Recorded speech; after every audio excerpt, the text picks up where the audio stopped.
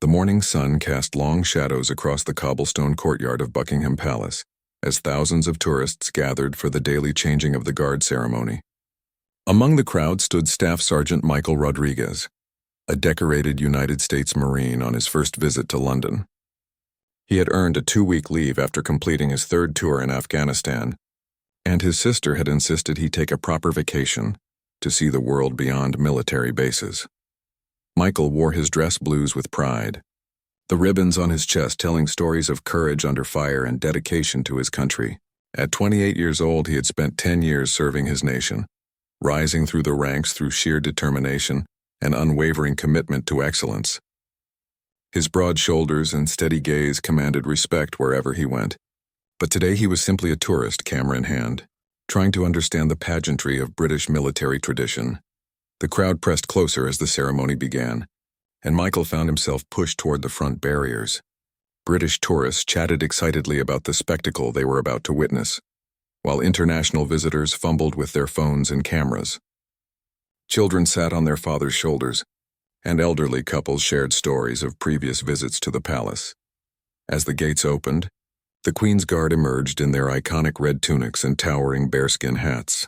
Their movements were precise, almost mechanical in their perfection. Each step was measured, each turn executed with mathematical precision. The crowd fell silent, mesmerized by the display of military discipline that had remained unchanged for centuries. Among the guards marched Lance Corporal James Wellington, a 26-year-old soldier who had dedicated 8 years of his life to the British Army. Born in Yorkshire to a family with a long military tradition, James had always dreamed of joining the Queen's Guard. His grandfather had served in World War II, and his father had been a sergeant in the Royal Regiment of Fusiliers. For James, wearing the red tunic was not just a job, but a sacred duty to crown and country. James had earned his position through years of rigorous training and impeccable service. His record was spotless, his dedication absolute.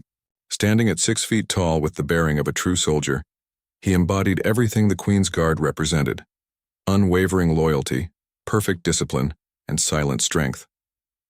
Behind the stoic expression required of his role, James took immense pride in being part of a tradition that stretched back over 350 years. As the ceremony progressed, the guards took their positions around the palace perimeter. James stood at attention near the main gate, his rifle held precisely at his side, his eyes fixed straight ahead. The crowd continued to gather around him, tourists snapping photos and making comments about his immobility. This was nothing new to James. He had endured everything from silly faces being pulled in front of him to people trying to make him laugh or break character. Michael watched the display with professional appreciation.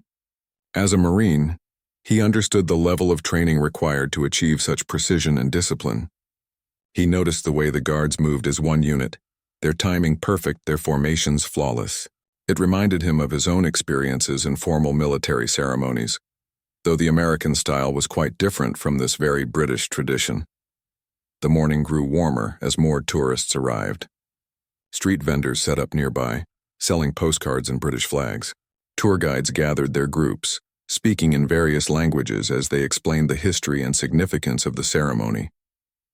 The atmosphere was festive, almost carnival-like, but the guards remained unmoved, silent sentinels in their red uniforms.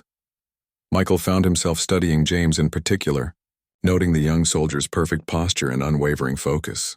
There was something about the guard's bearing that reminded Michael of his own early days in the Marines, when every movement had to be precise and every moment was a test of discipline. He felt a kinship with this British soldier, despite the ocean and cultural differences that separated their military traditions. As tourists continued to flow past James's position, some became increasingly bold in their attempts to get a reaction. A group of teenagers made faces and silly gestures while their parents laughed and took photos. An elderly man told his grandson stories about the guards, explaining how they were real soldiers, not just ceremonial figures. A young woman from Germany tried to speak to James in broken English, not understanding why he wouldn't respond. Through it all, James remained motionless, his training taking over completely. He had learned to enter an almost meditative state during these long periods of standing guard, his mind focused but alert, his body perfectly still except for the occasional authorized movement. The weight of his rifle, the heat building under his bearskin hat, the ache in his feet from standing on stone for hours. None of these things could break his concentration. Michael continued to observe, his respect for the British soldier growing with each passing minute. He understood the mental fortitude required to maintain such discipline while surrounded by chaos. In combat, adrenaline could carry a soldier through the most difficult moments. But this kind of ceremonial duty required a different type of strength, the ability to remain perfectly controlled while doing absolutely nothing. The morning wore on, and the crowd began to thin slightly as some tourists moved on to other attractions. But new visitors constantly arrived and the cycle continued. James remained at his post, a living statue representing centuries of British military tradition, while Michael stayed nearby, drawn by a fascination he couldn't quite explain. Neither man knew that their paths were about to cross in a way that would create a moment of unexpected connection between two soldiers from different nations, different traditions, but sharing the same fundamental values of honor, duty, and respect. The stage was set for an encounter that would captivate everyone who witnessed it, though it would unfold without a single word being spoken. The afternoon sun climbed higher over London, and the crowd around Buckingham Palace swelled to its peak. Tour buses disgorged groups of visitors speaking dozens of languages, all eager to witness the famous guards and capture the perfect photograph. The atmosphere buzzed with excitement as cameras clicked constantly, and children pointed in wonder at the soldiers in their magnificent red uniforms. Michael had been watching for over an hour now, and his admiration for the British guards had only deepened. He noticed how James, the young guard he had been observing, never once broke his perfect posture despite the increasing chaos around him. People pushed closer, voices grew louder, and the summer heat intensified, but the soldier remained as steady as the palace walls behind him. A group of American college students recognized Michael's Marine uniform and approached him with enthusiasm. They peppered him with questions about his service and asked him to pose for photos. Michael obliged politely, but his attention kept drifting back to James. There was something about the British soldier's unwavering dedication that struck a chord deep within him. "Excuse me, are you really a Marine?" asked Sarah, a journalism student from Ohio. Her friends gathered around, phones ready to record his response. "Yes, ma'am. Staff Sergeant Rodriguez, United States Marine Corps," Michael replied with a slight smile, his voice carrying the quiet confidence that came from years of service. "What do you think of these British guards? Are they as tough as Marines?" asked another student, clearly hoping for some kind of competitive comparison. Michael's expression grew thoughtful as he glanced again at James. Different traditions, same commitment to excellence. These soldiers represent something that's lasted for centuries. That takes a special kind of dedication. The students seemed surprised by his respectful response, perhaps expecting some rivalry or boastful comparison. Instead, they found themselves looking at the guards with new eyes, seeing them through the perspective of a professional soldier who understood the discipline required for such duty. Meanwhile, James was facing his own challenges. A particularly persistent group of tourists had positioned themselves directly in front of him, making increasingly ridiculous faces and gestures in an attempt to break his composure. Their leader, a middle-aged man with a loud voice, seemed to view making the guard move or react as some kind of personal challenge. "Come on, mate, just a little smile," the man called out, waving his arms dramatically. "You're not a robot, are you?" His companions laughed and joined in, making silly noises and jumping around. Other tourists began to gather, some looking uncomfortable with the disrespectful behavior, others pulling out their phones to record what they hoped would be a viral moment of a guard-breaking character. James felt the familiar tightening in his jaw that always came when tourists crossed the line from curiosity into mockery. His training had prepared him for this, but it never made it easier. Behind his stoic expression, he reminded himself of his duty, his oath, and the honor of the uniform he wore. The red tunic represented centuries of British military history, from the battlefields of Waterloo to the deserts of Afghanistan, where many of his regiment had served with distinction. The harassment continued for several more minutes, with the group becoming increasingly bold in their attempts to provoke a reaction. They began making mock military movements, imitating the guard's stance in an exaggerated, disrespectful manner. Some tourists in the crowd started to murmur their disapproval, but no one intervened. Michael watched this display with growing discomfort. As a professional soldier, he understood the sacred nature of military duty and the respect that uniform demanded. These tourists were not just mocking a British guard.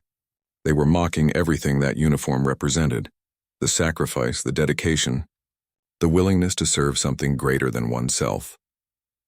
The American students near Michael noticed his changing expression. "That's pretty messed up, isn't it?" Sarah observed, following his gaze to the scene unfolding before James. "Yeah, it is," Michael replied quietly, his hands clenching slightly at his sides. "That soldier is doing his job with honor. He deserves better than that." As if sensing the weight of Michael's gaze, James momentarily shifted his eyes, just a fraction, barely perceptible to most observers. For a split second, the two soldiers' eyes met across the crowd. In that instant, something passed between them: recognition, understanding, and mutual respect. James had noticed the American Marine watching him throughout the morning, and he had seen the respect in the foreign soldier's bearing. The moment was brief, lasting no more than a heartbeat before James returned his gaze to its prescribed position straight ahead. But it was enough. Michael had seen the flash of appreciation in the British soldier's eyes, the acknowledgement of one professional warrior to another. The disruptive tourists, oblivious to this silent exchange, continued their antics. Their behavior was becoming more aggressive, and other visitors were starting to look genuinely uncomfortable. A few parents moved their children away from the scene, not wanting them to witness such disrespect. Michael felt a surge of protective instinct, not just for a fellow soldier, but for the principles they both represented. He had seen too many good men and women serve with honor to watch this mockery continue unchallenged. But he also understood that any intervention had to be measured and appropriate. This wasn't a battlefield. It was a public ceremony with its own rules and protocols. The British Guard protocols were clear. James could not break character, could not respond to the provocation, and could not defend himself verbally. He was bound by centuries of tradition and strict military discipline to remain silent and motionless, regardless of what happened around him. This was both the beauty and the burden of his duty. Michael began to move closer, not with any specific plan in mind, but driven by an instinct that something needed to be done. His movement was deliberate and confident, the natural bearing of a Marine drawing the attention of those around him. The American students followed, sensing that something significant was about to happen. As Michael approached, some of the disruptive tourists noticed the approaching Marine. His dress blue uniform, his ribbons, and his unmistakable military bearing created a presence that seemed to shift the energy of the entire scene. Conversations quieted slightly, and people began to turn their attention from the British Guard to this new figure entering the drama. The stage was set for a confrontation, but it would not unfold as anyone expected. Two soldiers from different nations, bound by similar oaths and shared values, were about to create a moment that would demonstrate the true meaning of military honor and mutual respect. The tension in the air became palpable as Michael stepped through the crowd, his Marine dress blues cutting a sharp figure against the casual tourist attire surrounding him. The disruptive group continued their mockery of James, completely unaware that their behavior was about to be challenged by someone who understood exactly what that red uniform represented. Michael stopped about 10 feet away from James, positioning himself where he could see both the British Guard and the troublesome tourists. He didn't speak or make any dramatic gestures. Instead, he simply stood at attention, his posture mirror-perfect, his gaze fixed straight ahead, in the same direction as James. It was a stance that every military person in the world would recognize. Instantly, the position of a soldier showing respect to a fellow warrior. The effect was immediate and profound. The loud tourist who had been leading the harassment noticed the Marine first, his mocking gestures faltering as he took in the sight of the American soldier standing at perfect attention.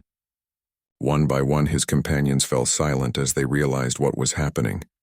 The crowd around them began to quiet as well, sensing that something significant was taking place. James felt the shift in atmosphere without moving his eyes. From his peripheral vision, he could see the Marine standing in solidarity with him, and the gesture hit him like a physical force. In 8 years of guard duty, through countless ceremonies and thousands of interactions with tourists, no one had ever done anything like this. The simple act of one soldier honoring another transcended nationality, uniform, and tradition. Michael's positioning was deliberate and meaningful. He stood close enough to be clearly associated with James, but far enough away to avoid interfering with the official ceremony. His bearing was flawless, shoulders back, chin up, eyes forward, hands at his sides in the precise manner drilled into every Marine from their first day of basic training. He had become a living demonstration of military discipline and respect. The crowd's reaction was instantaneous. Phones and cameras that had been pointed at the harassers swung toward Michael and James. Tourists began whispering to each other, trying to understand what they were witnessing. Children stopped their chatter and stared at the two soldiers, sensing the gravity of the moment even if they couldn't fully comprehend it. Sarah, the journalism student who had spoken with Michael earlier, felt goosebumps rise on her arms. "Oh my God," she whispered to her friends, "he's showing solidarity. He's protecting the British Guard without saying a word." The disruptive tourists found themselves in an increasingly uncomfortable position. What had seemed like harmless fun moments before now appeared petty and disrespectful in the face of Michael's dignified stance. The leader of the group, a man named Gary from Manchester, felt the weight of hundreds of eyes upon him. His loud bravado evaporated as he realized he was now standing between two professional soldiers, one British and one American, both representing the highest ideals of military service. "Come on, mate," Gary said to Michael, his voice noticeably quieter than before. "It's just a bit of fun." No harm meant, Michael didn't respond. He didn't even acknowledge that Gary had spoken. His attention remained fixed straight ahead, his respect for the ceremony and for James absolute. This silence was more powerful than any words could have been. It demonstrated that some things were beyond discussion, beyond negotiation, that respect for duty and honor was not optional. The standoff continued for several minutes, with Gary and his friends becoming increasingly uncomfortable. Other tourists began to actively distance themselves from the disruptive group, not wanting to be associated with behavior that now seemed obviously inappropriate. Parents used the moment to teach their children about respect and honor, pointing to the two soldiers as examples of dignity and professionalism. An elderly British veteran named Albert Thompson, who had been watching from the edge of the crowd, stepped forward. He wore a small poppy pin on his jacket and walked with the slight limp that spoke of old service. Albert had served in the Royal Navy during the Falklands War and understood immediately what Michael was doing. "That's how it's done. Lads," Albert said loudly enough for everyone to hear, his voice carrying the authority of experience. "Respect between warriors, no matter what flag they serve under, no matter what uniform they wear. That American Marine knows what our boy there represents, and he's showing proper honor." Albert's words rippled through the crowd like a stone thrown into still water. Suddenly, what had been a confusing scene became crystal clear to everyone present. This wasn't about nationality or politics or military rivalry. This was about fundamental human values, respect, honor, duty, and the bonds that connect all those who choose to serve something greater than themselves. More veterans in the crowd began to identify themselves, moving closer to show their support. A retired American Air Force colonel named Patricia Williams straightened her shoulders and stood at attention near Michael. A former Australian Army sergeant named David Chen joined them, creating an impromptu honor guard of international veterans. The transformation in the crowd was remarkable. What had begun as a typical tourist scene with some unruly behavior had evolved into something approaching a ceremony itself. People began to understand that they were witnessing something special, a demonstration of international military solidarity that transcended borders and uniforms. James felt the support surrounding him and experienced an emotion he hadn't expected. Behind his regulation stoic expression, he was deeply moved by this spontaneous display of respect. He had been prepared to endure the harassment as part of his duty, but he had never imagined that a foreign soldier would step forward to honor that duty. The weight of Michael's gesture and the response it had generated from the crowd reminded him why he had chosen to serve and why the uniform he wore mattered so much. Gary and his group found themselves completely isolated, their behavior now clearly identified as inappropriate by everyone around them. The social pressure was overwhelming, and they began to edge away from the scene, their earlier confidence replaced by embarrassment and shame. The silence stretched on, but it was no longer the silence of harassment or confusion. It had become the silence of respect, of recognition, of honor being paid where honor was due. Two soldiers from different nations had created a moment of perfect understanding, without speaking a single word, and everyone who witnessed it knew they were seeing something they would remember for the rest of their lives. The moment stretched into something that felt almost sacred. Michael maintained his perfect posture beside James, and the crowd had fallen into a respectful hush that was unprecedented for the usually chaotic tourist scene at Buckingham Palace. The disruptive group had retreated entirely, leaving behind an atmosphere of dignity and mutual respect that seemed to transform the very nature of the space. More people continued to arrive at the scene, drawn by word spreading through the crowd about the remarkable display unfolding near the palace gates. Tour guides paused their scheduled routes to witness what was happening, and even some of the palace staff members stationed nearby found themselves watching with interest and approval. Mrs. Eleanor Hartwell, a 78-year-old woman from Surrey whose husband had served in the Queen's Guard 50 years earlier, wiped tears from her eyes as she watched. "My Harold would have been so proud to see this," she whispered to her daughter. He always said the uniform meant something, that it connected every soldier who ever wore it, no matter where they came from. The international veterans who had joined the impromptu honor guard stood with perfect military bearing, creating a small formation of respect around James. Each had served their country in different conflicts, in different wars, but they all understood the fundamental truth that Michael had demonstrated, that military service created bonds that transcended politics, nationality, and personal differences. Colonel Patricia Williams, the retired Air Force officer, found herself thinking about her own experiences serving overseas. She had worked alongside British forces during joint operations in Iraq and had developed deep respect for their professionalism and dedication. Seeing this Marine honor a British Guard brought back memories of shared missions, mutual support, and the brotherhood that existed among all military personnel regardless of the flag on their uniform. Michael remained motionless, but his mind was active. He thought about his own experiences as a ceremonial guard early in his Marine career, standing watch at embassy functions and formal military events. He remembered the ache in his feet, the burning heat of dress uniforms under summer sun, and the challenge of maintaining perfect composure while chaos swirled around him. Every military person had these experiences, these shared challenges that created understanding across all boundaries. James, for his part, was experiencing something he had never felt during his guard duties. The usual isolation that came with his ceremonial role, the sense of being a living statue rather than a human being, had been completely transformed. He felt connected not just to Michael but to every veteran standing nearby, and even to the crowd that now watched with genuine respect rather than casual entertainment seeking. A young British Army private named Sophie Mills, who was off duty and visiting the palace with her family, recognized what was happening immediately. She quietly moved through the crowd, speaking softly to tourists and explaining the significance of what they were witnessing. Her insights helped people understand that this was not a planned ceremony or tourist attraction, but a spontaneous moment of military solidarity. The American Marine didn't have to do this, Sophie explained to a group of confused German tourists. He's on holiday just like you.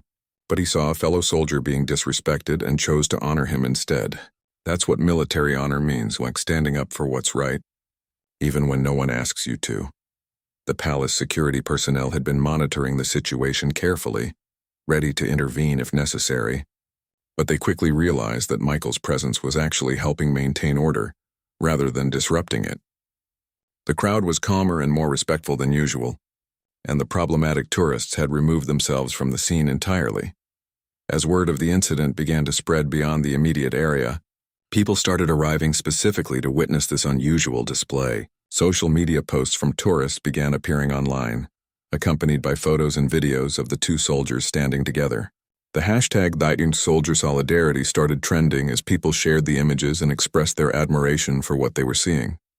Dr. James Pemberton, a military historian from Oxford University, who happened to be visiting the palace with his family, was struck by the historical significance of the moment. "This is exactly what military tradition is supposed to represent," he told his wife. "Not just pageantry or tourism, but the timeless values that connect warriors across cultures and centuries. These two men are demonstrating something that goes back to the earliest codes of military honor. The afternoon sun continued to climb, and both Michael and James began to feel the physical strain of their prolonged positions. Standing at perfect attention for extended periods was demanding even for trained soldiers, but neither showed any sign of wavering. Their commitment to maintaining the dignity of the moment was absolute. A group of British schoolchildren on a field trip had been watching with wide eyes, trying to understand what made this different from the usual tourist activities around the palace.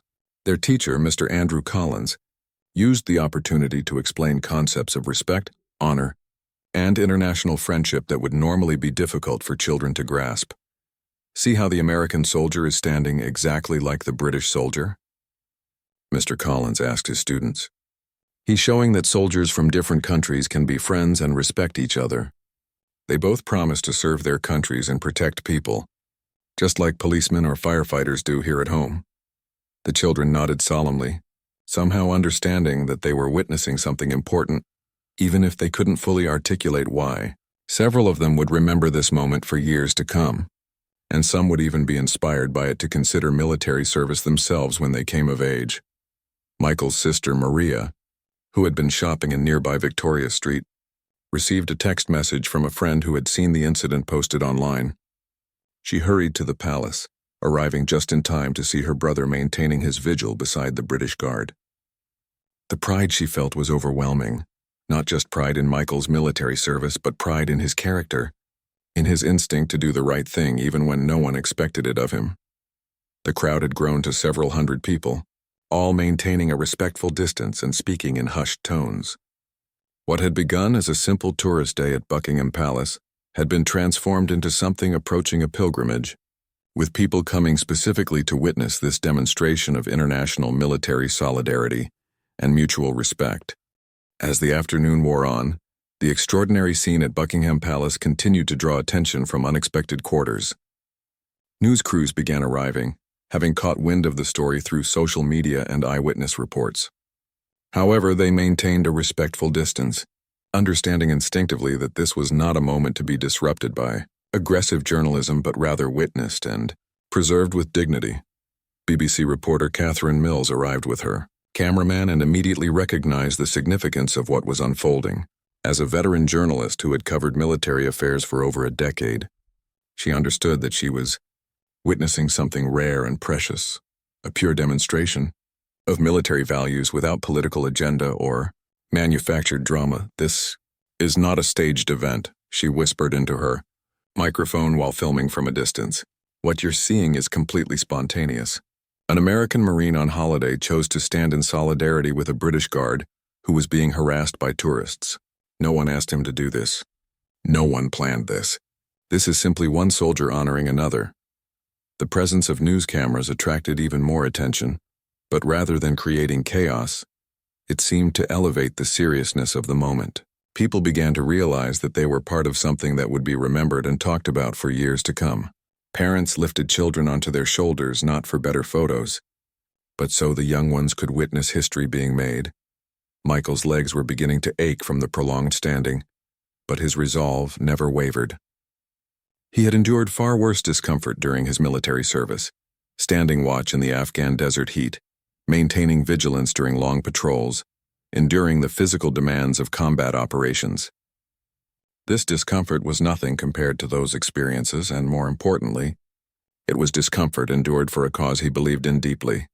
James, too, was feeling the strain, but his training had prepared him for exactly this kind of endurance.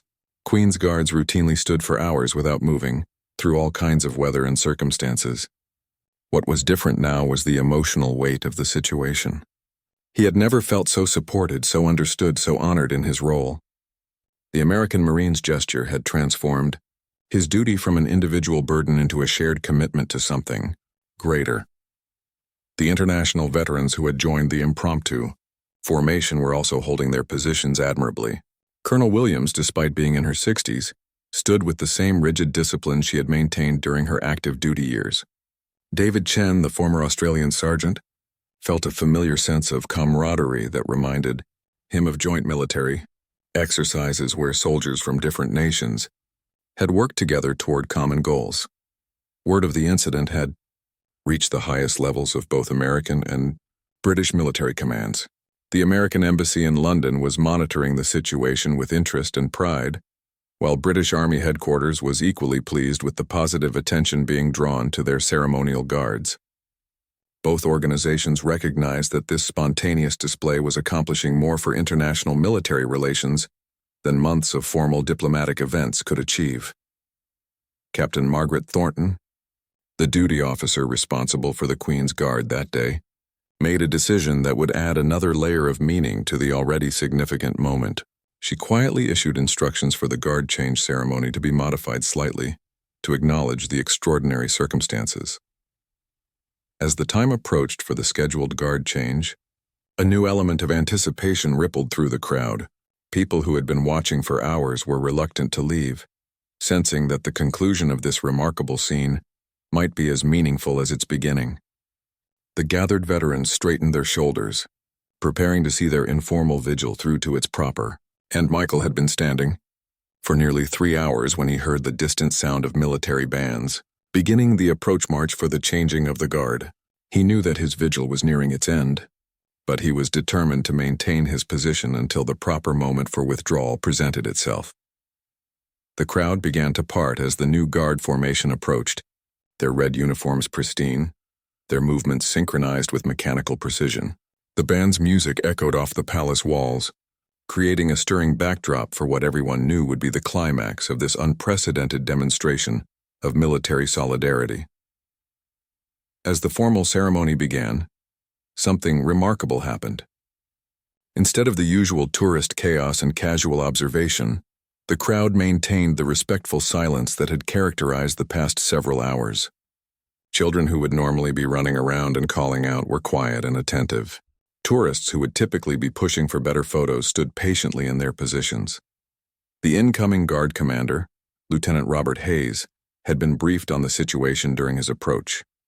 As a professional soldier himself, he was deeply moved by what he learned. The American Marines' gesture represented everything that military service was supposed to embody: selfless dedication to principle, respect for fellow warriors, and the courage to do what was right regardless of personal cost. As the formal ceremony progressed, James maintained his position with even greater pride than usual. The presence of Michael and the other veterans had reminded him that his role was not just ceremonial pageantry for tourists, but a living representation of military values that connected him to warriors throughout history and around the world. The moment for the actual changing of the guard approached, and everyone present sensed that they were about to witness the conclusion of something truly special. The question on everyone's mind was how this remarkable display would end. Would the American Marines simply walk away? Would there be some acknowledgement between the two soldiers? Would the British military make some gesture of recognition? The answer would come in the next few minutes, and it would provide a perfect conclusion to a day that had demonstrated the very best of military tradition and international friendship. The crowd held its collective breath, cameras remained ready, and two soldiers from different nations prepared to complete a moment that would be remembered as a perfect example of honor, respect, and the universal brotherhood of those who serve. The moment of transition arrived with the precision that characterized all British military ceremonies. Lieutenant Hayes approached James's position with the incoming guard detail, their movements sharp and deliberate. The crowd, now numbering close to 1,000 people, watched in complete silence as the formal changing of the guard began to unfold with Michael, still standing in perfect solidarity beside James. What happened next surprised everyone, including Michael himself. Lieutenant Hayes, instead of proceeding with the standard ceremony, came to a halt directly in front of both soldiers. His eyes moved deliberately from James to Michael, and then he executed something that sent a ripple of awe through the assembled crowd. A slow, precise military salute that encompassed both the British Guard and the American Marine. The gesture was unprecedented. Never in the long history of the changing of the guard ceremony had a British officer officially acknowledged a foreign soldier in this manner. But Lieutenant Hayes understood that extraordinary circumstances called for extraordinary responses. This American Marine had honored British military tradition in a way that deserved recognition. Michael, though surprised, responded instinctively. He returned the salute with the crisp precision that had been drilled into him through years of Marine training.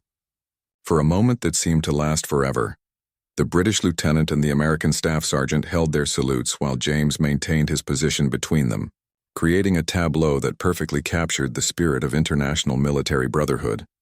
The crowd erupted in spontaneous applause, but it was respectful applause, the kind reserved for moments of genuine significance.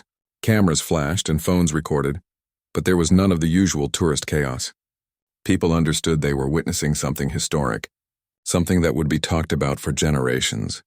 As the salutes were completed, Lieutenant Hayes stepped closer to Michael and spoke in a voice just loud enough for those nearby to hear. "Staff Sergeant, the Queen's Guard is honored by your presence and your gesture today. Your display of military solidarity reflects the finest traditions of both our services." Michael's response was equally measured and respectful. "The honor is mine, Lieutenant. It was my privilege to stand beside one of Her Majesty's finest." James, still bound by his ceremonial duties, could not participate verbally in this exchange, but his bearing somehow seemed to convey his deep appreciation for both the American Marine's gesture and his commanding officer's recognition of it. The formal changing of the guard then proceeded, but with a dignity and significance that transcended the usual pageantry. As James was relieved of his duty and marched away with the departing guard detail, he managed one brief glance toward Michael, a look that conveyed gratitude, respect, and a connection that would last long after this day had ended. Michael remained at attention until the departing guards had completely cleared the area, then executed a final salute toward the new guard formation, before stepping back into the crowd. The international veterans who had joined his vigil dispersed as well, each carrying with them the satisfaction of having participated in something truly meaningful. The crowd began to disperse slowly, reluctant to leave the scene of what they knew had been an extraordinary event. Conversations buzzed with excitement as people shared their impressions and ensured they had captured photos and videos to commemorate what they had witnessed.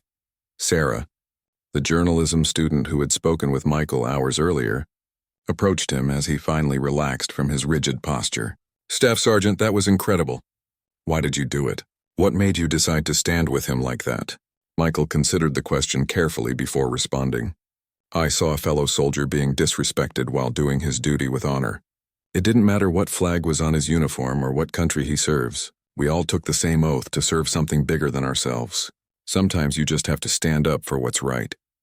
His simple explanation captured the essence of what had motivated his action, but it also revealed the depth of character that had driven him to act when others had merely watched.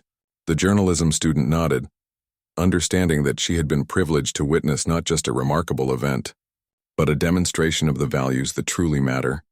Mrs. Eleanor Hartwell, the elderly woman whose husband had served in the Queen's Guard decades earlier, made her way through the crowd to speak with Michael.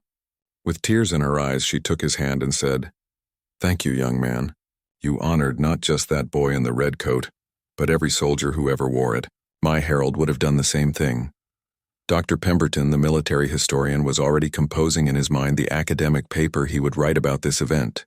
He realized he had witnessed something that perfectly illustrated the timeless nature of military values and the way they transcended political and cultural boundaries.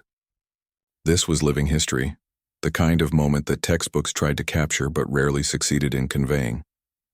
The news crews were preparing their reports, knowing they had captured something special. The footage would be broadcast around the world, shared millions of times on social media, and referenced in discussions about military honor, international relations, and the power of individual action to create positive change. Michael's sister Maria finally reached him through the crowd, her face beaming with pride. She had always known her brother was special, but seeing him honored by a British officer and praised by strangers from around the world confirmed what she had always believed about his character. As the formal ceremonies concluded and the immediate excitement began to subside, Michael found himself surrounded by people wanting to shake his hand, take photos with him, or simply express their admiration for what he had done. He accepted their praise graciously, but with the characteristic humility that marked true military professionals. The sun was beginning to set over London, casting long shadows across the palace courtyard where this remarkable day had unfolded. What had begun as a simple tourist visit had become something far more significant, a demonstration that the values of honor, Respect and duty could bridge any divide and create understanding between people who might otherwise never connect. The days following the remarkable incident at Buckingham Palace brought consequences that neither Michael nor James could have anticipated. The video footage and photographs captured by tourists and news crews had spread across the internet with unprecedented speed, shared millions of times and viewed by people around the globe who were hungry for positive news in an often divided world. Within 48 hours, Michael found himself at the center of international attention. Major news networks from CNN to BBC, from Al Jazeera to NHK, were requesting interviews. Social media platforms buzzed with hashtags like Czech Soldier Solidarity, Shop Military Brotherhood, and Chop Buckingham Palace Hero. The story had transcended military circles and touched people from all walks of life who recognized genuine decency when they saw it. The American Embassy in London officially commended Michael for his actions, with Ambassador Jennifer Walsh stating, "Staff Sergeant Rodriguez exemplified the finest traditions of the United States Marine Corps and demonstrated the values that unite our nations as allies. His spontaneous gesture of respect toward our British military partners reflects the enduring strength of the special relationship between our countries." Buckingham Palace, through the Ministry of Defense, issued their own statement. The Queen's Guard was honored by the respectful solidarity shown by the visiting American Marine. Such gestures strengthen the bonds between our military services and reflect the mutual respect that characterizes the relationship between British and American forces. James, meanwhile, had returned to his regular duties but found himself something of a celebrity within military circles. His fellow guards and regimental colleagues treated him with even greater respect, if such a thing were possible. The incident had elevated not just his personal standing, but the profile of the entire Queen's Guard, reminding the public that these soldiers were not merely tourist attractions, but active-duty military personnel deserving of respect. Captain Margaret Thornton, who had authorized Lieutenant Hayes's unprecedented salute, received commendation from her superiors for her handling of the situation. The British Army recognized that her decision to acknowledge Michael's gesture had created a moment of positive international publicity that was worth more than any formal diplomatic initiative. Michael completed his vacation in London, but it was nothing like the quiet tourist experience he had originally planned. Everywhere he went, people recognized him from the news coverage. Restaurant owners refused his payment. Hotel staff upgraded his accommodations, and ordinary citizens stopped him on the street to express their admiration. The overwhelming response from the British public made him understand just how deeply his gesture had resonated. On his final day in London, Michael received an unexpected invitation. Lieutenant Colonel Harrison Webb, commanding officer of James's regiment, requested a meeting at Wellington Barracks. The invitation was unprecedented. Foreign tourists were never invited. To visit the operational headquarters of the Queen's Guard, the meeting took place in a historic room lined with regimental colors and portraits of distinguished officers dating back centuries. Lieutenant Colonel Webb, a distinguished soldier with over 20 years of service, greeted Michael with the respect due a fellow warrior. "Staff Sergeant Rodriguez," the colonel began, "what you did outside our palace gates was remarkable, not because it was complex or difficult, but because it was simple and right. You saw a situation that demanded action, and you acted according to your principles. That's what leadership looks like." The colonel went on to explain that James had specifically requested the opportunity to meet Michael before his departure. "Lance Corporal Wellington wanted to thank you personally, but more than that, he wanted to present you with something." James entered the room in his dress uniform, and for the first time, the two soldiers were able to speak face to face. The British Guard's composure was perfect, but his gratitude was evident in his eyes. "Staff Sergeant," James said, "what you did meant more to me than I can express. You reminded me why I wear this uniform and what it represents. I wanted to give you something to remember your time in London." James presented Michael with a small brass button from the Queen's Guard uniform, mounted on a wooden plaque with an inscription, "To Staff Sergeant Michael Rodriguez, USMC, in recognition of honor shared between warriors, from Lance Corporal James Wellington and the Queen's Guard." Michael was visibly moved by the gesture. "Lance Corporal, the honor was mine. Serving your country with that kind of dedication under those conditions takes real strength. I was proud to stand beside you." The two soldiers shook hands, and in that simple gesture, They sealed a friendship that would last for years to come. They exchanged contact information and promised to stay in touch, understanding that they had shared something special that created a permanent bond between them. When Michael returned to the United States, he found that his story had preceded him. His Marine unit greeted him as a hero, not for any act of combat valor, but for demonstrating Marine values in the most basic and powerful way possible. His commanding officer used the incident as a teaching moment for junior Marines, showing them how individual actions could reflect on the entire Corps. The story continued to ripple outward, inspiring similar gestures of respect and solidarity around the world. Military personnel from different nations began sharing their own stories of international cooperation and mutual respect. The incident had created a template for how soldiers could honor each other across cultural and political divides. Months later, when James was promoted to corporal, Michael sent a congratulatory message from his base in North Carolina. When Michael was selected for promotion to gunnery sergeant, James was among the first to offer his congratulations. Their friendship, born in a moment of silent solidarity, had grown into something that enriched both their lives. The story of the Marine and the Royal Guard became a case study in military academies around the world, not for its tactical brilliance or strategic importance, but for its demonstration of the fundamental values that should guide military service. It showed that honor, respect, and duty were not abstract concepts, but living principles that could bridge any divide. Years later, both men would look back on that afternoon at Buckingham Palace as a defining moment in their lives, not because it brought them fame or recognition, but because it reminded them why they had chosen to serve and what their service truly meant. In a world often divided by politics and conflict, they had created a moment of perfect unity. Two soldiers, two nations, one shared commitment to something greater than themselves. The crowd that witnessed their silent exchange had dispersed, but the impact of what they saw continued to resonate.